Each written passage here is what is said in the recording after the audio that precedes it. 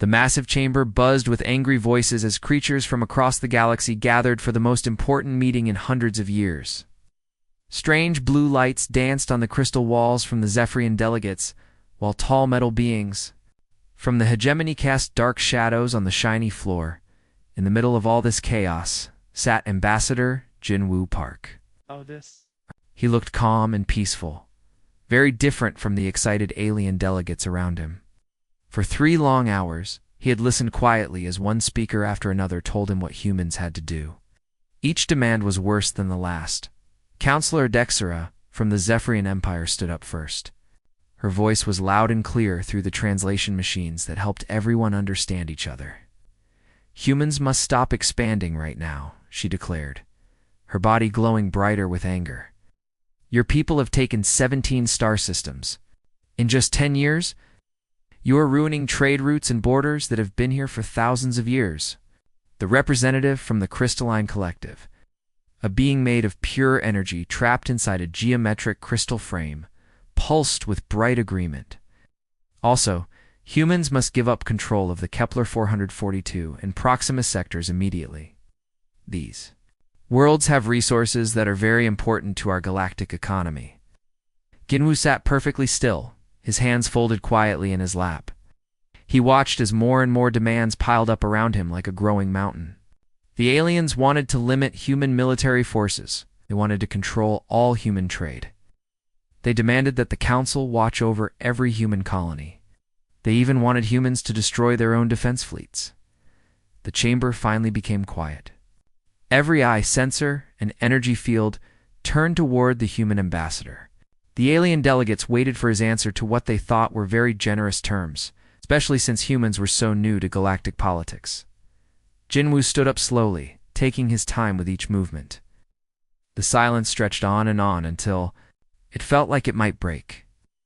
When he finally spoke, his voice was clear and strong through all the translation systems. The United Earth Federation has thought carefully about your suggestions, he began, his tone polite but firm. After talking it over completely, we must respectfully say no to all the terms you have presented today. A wave of shocked sounds swept through the chamber. Alien delegates made chittering noises, harmonic tones, and energy fluctuations that showed their surprise and anger. Counselor Dexara's glowing patterns flared so bright they hurt to look at. You do not understand where you stand, human, she said, her voice sharp with authority and irritation. These are not negotiations where we bargain back and forth. These are the terms that will allow your species to continue existing in civilized space.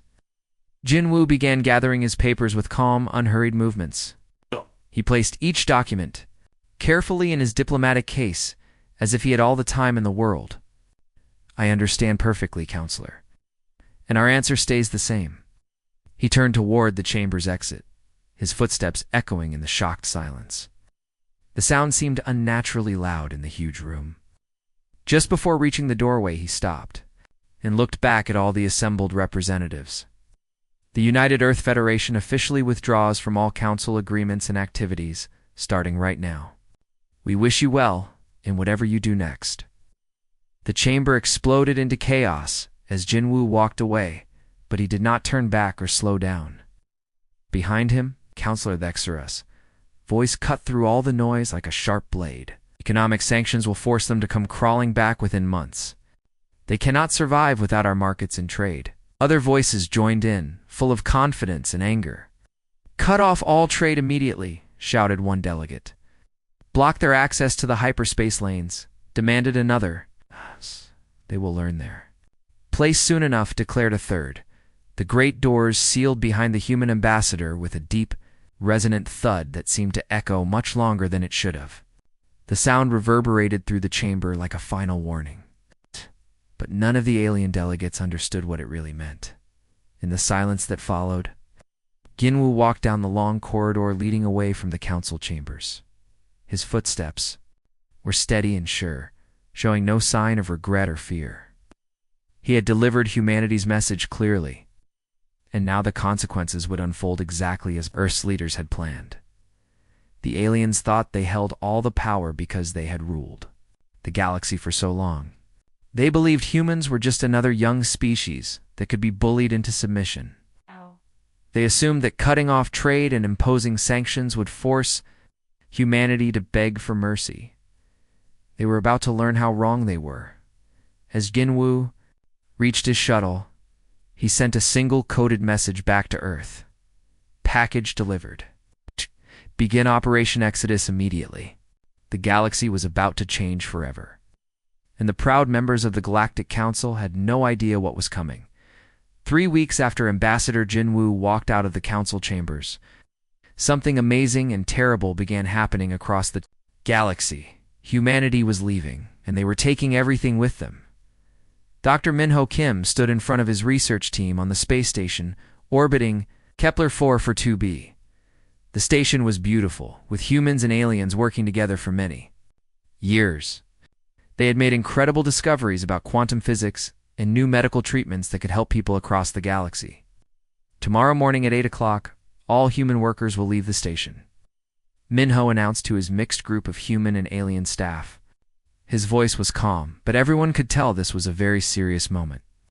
All the technology, research, information, and equipment that humans created will be taken away or destroyed. The alien workers looked at each other with confusion and worry. Dr. Valtheri, a Zephyrian scientist who had been Minho's friend and co-worker for 15 years, stepped closer. But Minho, what about our projects together? The quantum experiments we're doing could change how everyone travels through space. We're so close to a breakthrough. Minho's face showed no emotion, even though this was hard for him too. Sorry, old friend. All our joint projects are ending. The research data belongs to humanity, and we're taking it with us.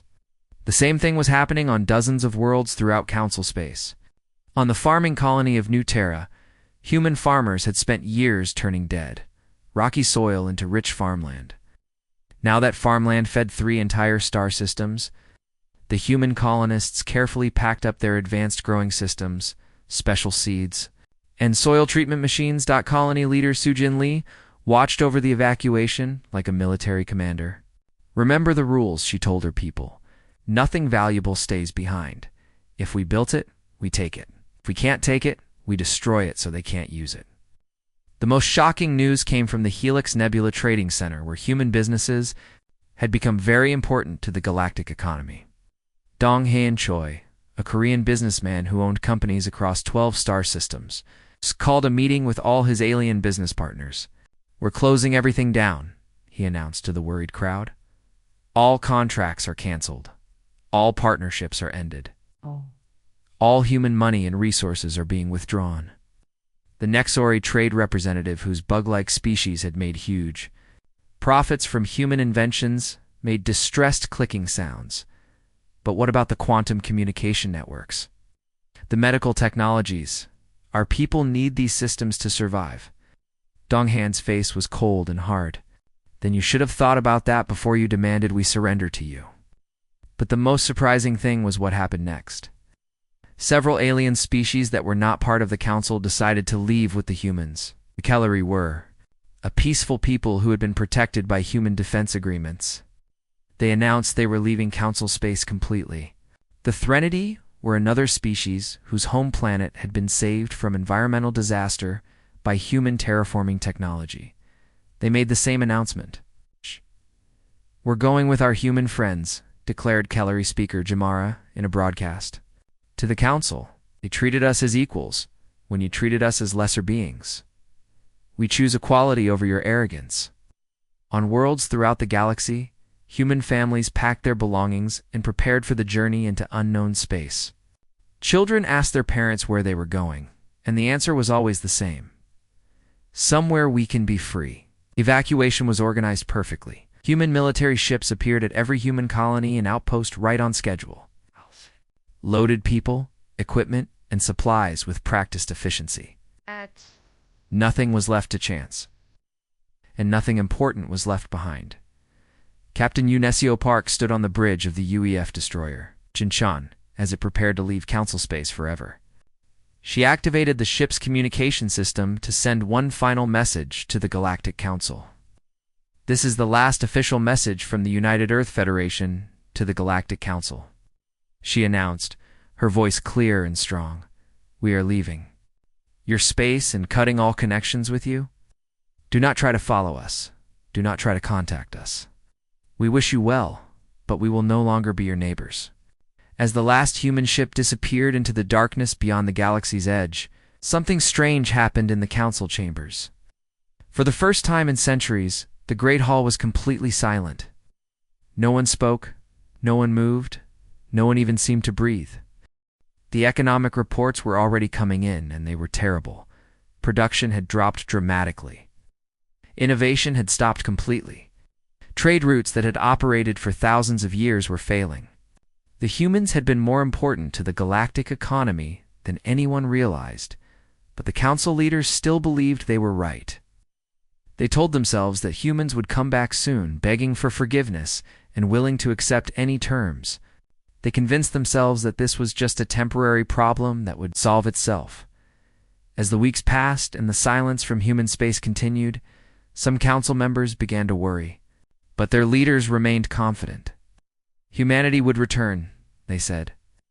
They had to return. They were completely wrong. 6 months had passed since the last human ship disappeared beyond the edge of the galaxy, and the quiet was becoming scary. Council Intelligence Director Zekthera sat in her office, looking at reports that made her more worried every day. Her 3 eyes moved quickly across the data screens, reading story after story of strange happenings. Still no word from the watching stations at the galaxy's edge, said her helper, Subdirector Mortai. 17 deep space watching platforms have gone silent in just the past month. Zekthara's mouth parts clicked together with frustration. Did the equipment break down? We don't know. The stations just stopped sending messages. When we sent teams to check on them, they found the buildings still there, but completely empty of all advanced technology. The intelligence director looked at another report that made her stomach feel sick. Trade Captain Jack Surrey, who flew the Independent cargo ship Stellar Wind, had written a detailed account of meeting human ships in the Void Sector. This was an area of space that everyone thought was too dangerous and empty for anyone to live in. What he describes is very worrying, Mortai continued. Ships that are incredibly huge, maybe several kilometers long, are built using methods we've never seen before, and the humans aren't alone out there. Captain Jack Surrey had been very specific in his report. He had seen massive space stations orbiting planets that used to be empty rocks. The surfaces of these planets were covered in geometric patterns that could be seen from space. Most disturbing of all, he had spotted ships belonging to alien species that had never been seen in Council space before. On the Council's home world of Nexus Prime, Counselor Vexara led an emergency meeting to discuss the growing problems. The economic damage from humanity's departure had been much worse than anyone had predicted. The Kepler farming region is producing 30% less food than last year, reported economic advisor Velmoon. The quantum communication networks have had 17 major breakdowns without human repair knowledge. And 3 of our member species have officially asked permission to find new trading partners. The Crystalline Collective's representative pulsed with nervous energy. The humans cannot have simply disappeared. They must be somewhere, building something. The question is what? That question got a partial answer when explorer Captain Heijin Kong's ship Sol Dawn was stopped at the edge of what had once been considered empty space. The meeting was short, but impossible to forget. Human vessel, you are approaching restricted space, came a message in perfect galactic standard language. Tell us why you are here. Captain Kang almost fell out of his command chair. This is Captain Kong of the exploration ship Sol Dawn. I thought this area was empty. It used to be empty. It is not empty anymore, eh? You have 30 seconds to change course, or you will be escorted away. Detect. The Sol Dawn's sensors detected huge signatures. Approaching. These were ships that made anything in the Council's fleet look tiny. Captain Kong wisely decided to leave, but not before his sensors recorded enough information to send the Council into a panic. The human ships weren't just big, they were technologically better than anything the Council had. They had stealth abilities that made them almost invisible. Their energy readings suggested power sources of unimaginable strength. Most frightening of all, they moved together with the coordinated precision of a military force, Dr. Young Soo Khan found herself in a very uncomfortable position. She was the Council's chief alien life scientist and one of the few humans who had stayed behind to study alien life forms. Council security was watching her carefully, treating her as both a valuable helper and a possible threat. "They want to know what humanity is planning," she told her handler during one of their required meetings. "But I can't tell them what I don't know." The Federation cut off all communication with anyone who stayed behind. The handler, a Zephyrian intelligence agent named Kez Malik, leaned forward with interest. "But surely you understand human thinking, their strategy methods?" Young Suk smiled sadly. "You're asking the wrong questions. You want to know what they're planning, but you should ask what they're capable of doing." "Based on what I know about human history and creativity, the answer is probably more than you can imagine." Reports kept coming in from the galaxy's edge. Traders spoke of seeing massive construction projects. Explorers described encounters with unknown alien species flying ships that looked like human designs. Most unsettling were the reports of a growing zone of space that aliens were politely but firmly warned to stay away from. The Council began to understand that humanity's departure had not been a retreat. It had been a repositioning, like a chess player moving pieces to set up a winning strategy. In the council chambers, nervous delegates whispered among themselves. Some began to wonder if they had made a terrible mistake. Others insisted that humans would eventually run out of resources and come crawling back. But as the months passed and the silence continued, even the most confident council members began to feel a growing sense of dread. Humanity was out there, somewhere beyond the rim of known space, building something. And whatever it was getting bigger and more powerful every day. The galaxy was about to learn that humans were far more dangerous as enemies than they had ever been as friends. The attack came like lightning from a clear sky. No one in the Galactic Council had expected danger from that direction. The hegemony of Skoth, a warlike empire that had refused to join the Council hundreds of years ago, suddenly appeared from the empty void, with a fleet that no one had ever seen before. Admiral Kungmin Lee stood on the bridge of the UEF battleship Busan, watching the battle unfold on his tactical screens. The huge ship floated in space at the edge of the fighting zone, completely invisible to both sides because of its advanced stealth technology. "The Skoth fleet is very impressive," reported his tactical officer, Commander G1 Park. "About 800 ships, from small destroyers to massive dreadnoughts. Their technology looks familiar to me." Kungmin nodded with a grim expression. "It's based on human designs, but they've changed it to fit their needs. They've been very good customers of ours." The first battle between the Council Defense Force and the Skoth hegemony lasted exactly 47 minutes. The Council's proud fleet, which had kept peace in the galaxy for thousands of years, was completely destroyed. Ships that had never lost a battle were turned into floating wrecks, their crews either dead or escaping in small pods. On Nexus Prime, Council's homeworld, emergency meetings were held day and night.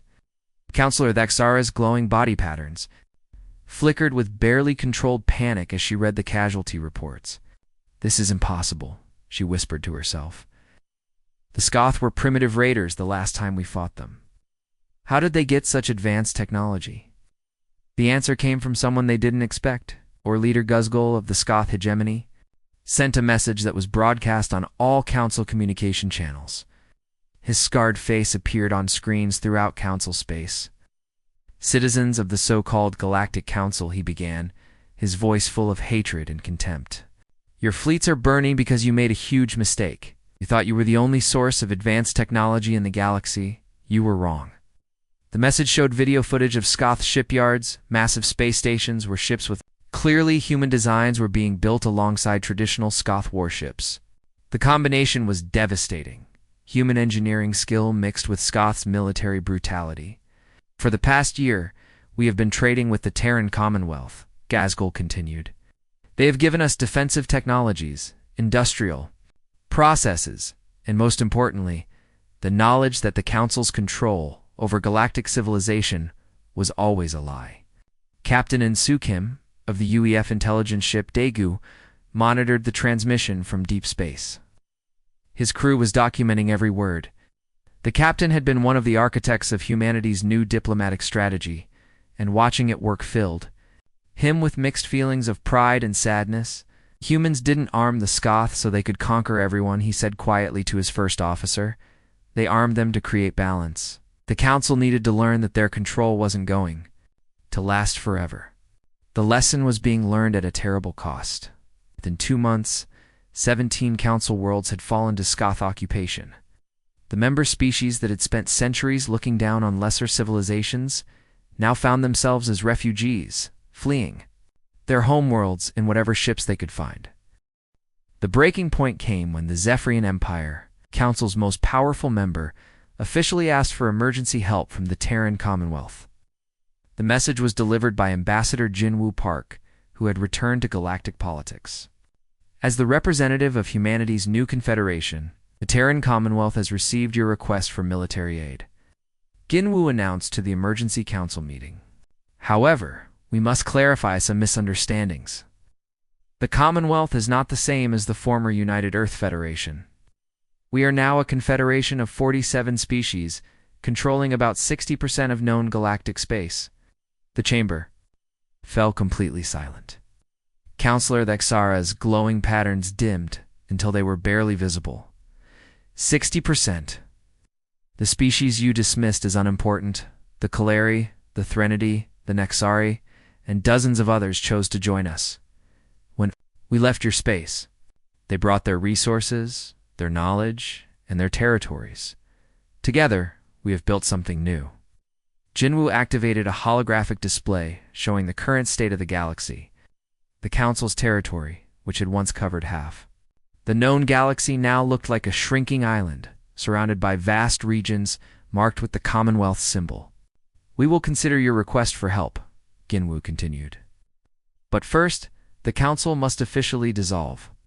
Its member species will be invited to join the Commonwealth as equals, not as subjects, not as junior partners, but as full members.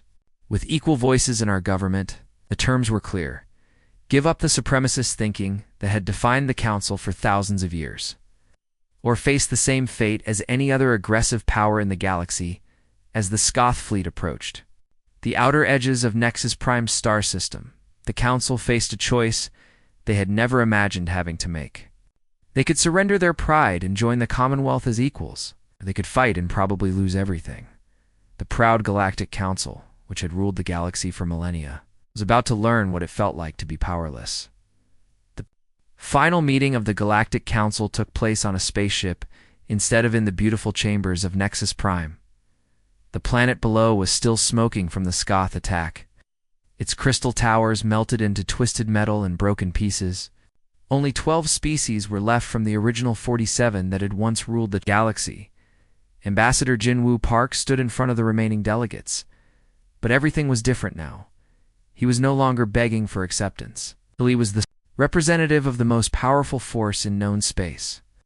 Next to him stood Admiral Kungmin Lee and Economic Coordinator Sujin Lee.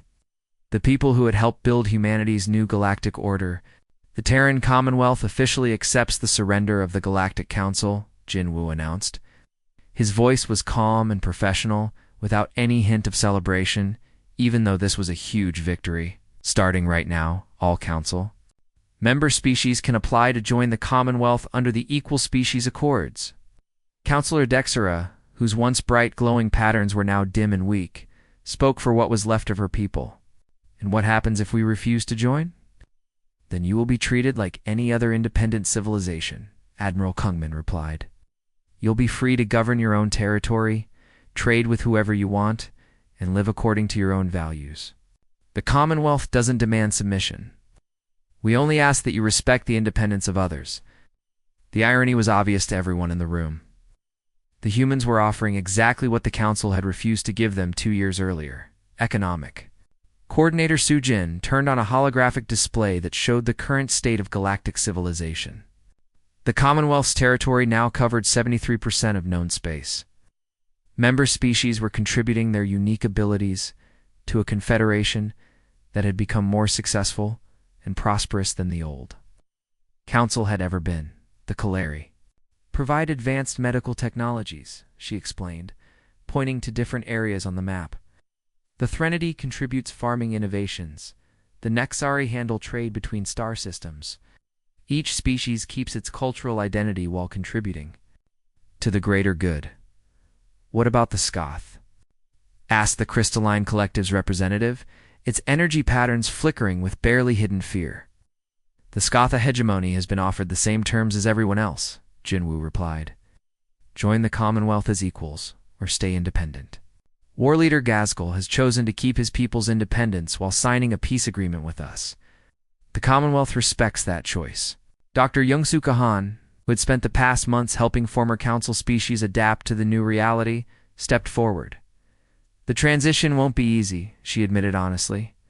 Hundreds of years of thinking you're superior to others doesn't disappear overnight. But the Commonwealth has created programs to help former council species learn how to work as equals with everyone else. One by one, the remaining council species formally applied to join the Commonwealth. The Zephyrian Empire, the Crystalline Collective, the hegemony of Nexus, all humbled by events they had never thought possible. The ceremony was short and businesslike. There were no grand speeches or victory celebrations.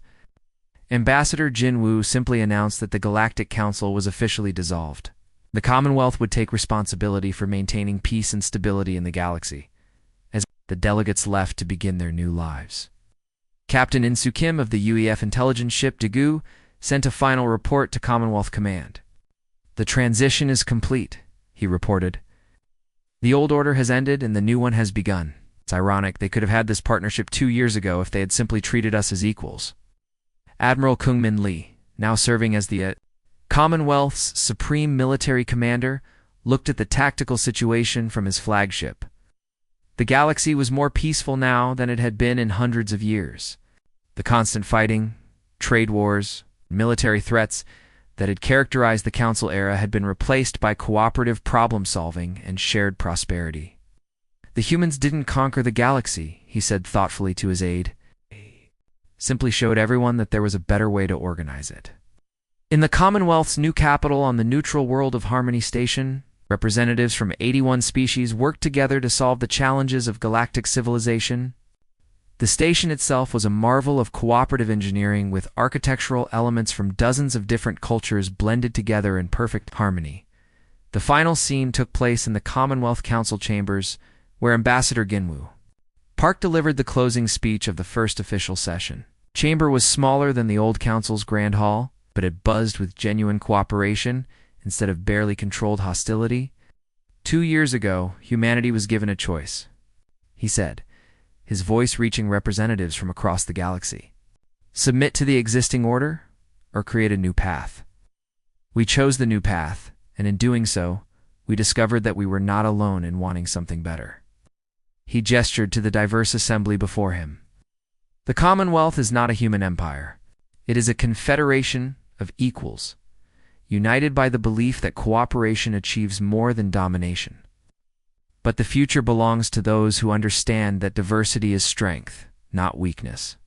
As the session ended and delegates returned to their homeworlds, the galaxy settled into a new rhythm. The Commonwealth's ships patrolled space not as conquerors, but as guardians of a peace built on mutual respect. The Galactic Council was now just history, a warning about the dangers of pride and the price of refusing to change. Its place stood something unprecedented, a truly equal civilization where every species had a voice in shaping the future, and humanity had created lasting peace by simply walking away from those who refused to offer it.